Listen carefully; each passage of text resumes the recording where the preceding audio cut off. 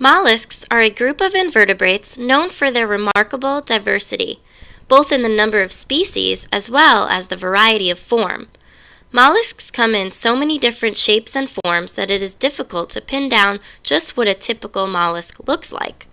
In general, mollusks have three body regions: the head, containing the sense organs and brain, a visceral mass containing the internal organs, and the foot, which is the muscular lower part of the body. Mollusks usually have a shell, but some do not. Over 500 million years ago, many mollusks acquired the ability to secrete a carbonate of lime solution that forms a hard protective shell around them. Many mollusks have a radula. It's their version of a tongue. It is rough like sandpaper and is used to rasp away at food. There are an estimated 100,000 species of mollusks today and are divided into 8 groups. According to a moat survey, there are 200 to 250 mollusk species in southwest Florida. This lesson will focus on the 3 groups most observed by our survey team. Bivalves are one group of mollusks. Marine and freshwater mollusks that have a shell that consists of 2 valves hinged at the back. Bivalves have no head. Their body consists of a wedge-shaped foot. Clams, oysters, and mussels fall into this group. There are approximately 15,000 bivalve species. Another grouping of mollusks are called gastropods. They make up approximately 70% of the mollusk species. It includes snails, slugs, whelks, and conchs, such as the fighting conch and lightning whelk. They live in marine and freshwater and terrestrial habitats, and the horse conch is also part of this group, which is Florida's official state shell that can grow up to a length of 24 inches. Then there's the grouping called cephalopods. Most of these do not have shells, such as squid, octopus, sea hares, and cuttlefish. I saw this cuttlefish when I was snorkeling in Key West, Florida. The sea hare is a mollusk whose thin internal shell covers organs such as the gills and heart in the back of the animal. This mollusk's foot has evolved into a pair of wings that is used to propel itself in the water. The sea hare is a benthic herbivore, which means that it feeds on algae growing on the bottom of aquatic habitats. When disturbed or distressed, they release a purple ink from an ink gland. They also have a lifespan of only 1 year. Now let's go back and take a closer look at the gastropod known as the fighting conch. James found this one on Keewaydin Island. So this is the fighting conch here. You can see how he got his name. See his 2 eyes. And that's his mouth in the center there. And he has this kind of sharp foot. It looks like it would be dangerous or hurt, but it's really used to help them flip over and move around while they're underwater, or even when they get stranded at a low tide.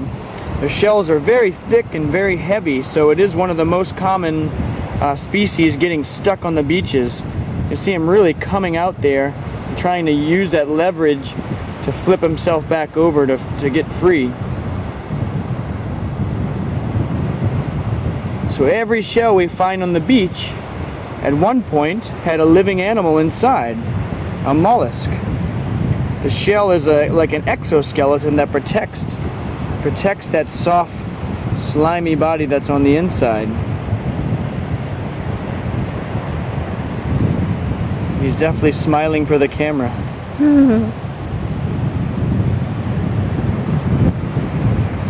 You can see we found lots of these guys all still alive. These are being a little more shy. They're retracted all the way in their shell to protect themselves, while this guy is being a little brave and trying to flip himself over, which he can easily do with that foot. So we'll place them back in the water. Tide's right about low tide, so they'll have plenty of water here.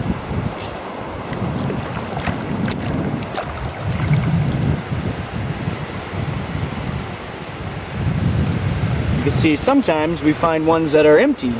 So after the animal dies, it leaves this beautiful empty shell, same as the other ones, a fighting conch.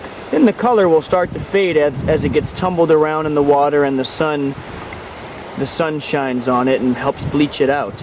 Now these are the ones that shellers are okay to take, and still in small numbers. We don't want to change the beach too much, but these guys were all still alive. We definitely want to leave them in the water.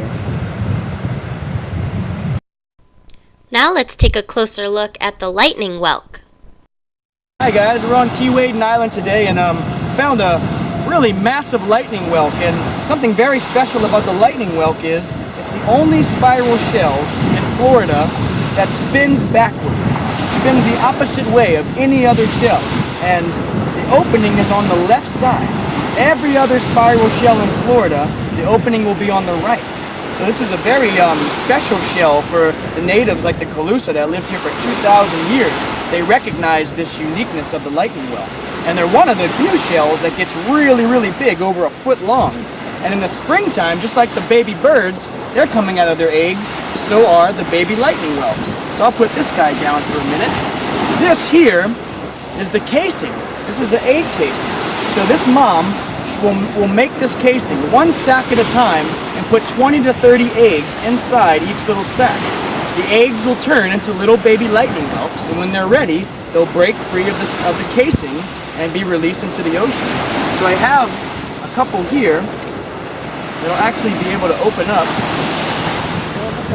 And look at the babies here. Let's see, let's open this guy up, dump them out, and you can actually see how small they start off as. Little baby shells. Already ready to go.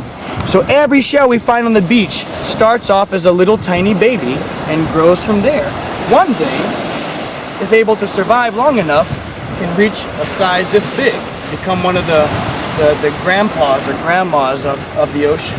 So that's the lightning whelk. As you can see, mollusks are very important to the ecosystem. They are a great food source for shorebirds, stone crabs, and other marine life. They recycle plant and mammal waste, essentially keeping the water healthy and clean. And they're considered an excellent ecological indicator. Their status provides a window into the health of the local ecosystem. Imagine just the magnitude of life out in the ocean. Thousands of species and millions of individual creatures. After their life cycle is over, their exoskeleton or their shell will gently wash up onto the beaches, leaving treasures for people who come and explore. Live mollusks are protected here in Florida. Many live mollusks are washed up onto the beach by the high tide and can be mistakenly picked up by humans. So remember to check carefully next time you're at the beach.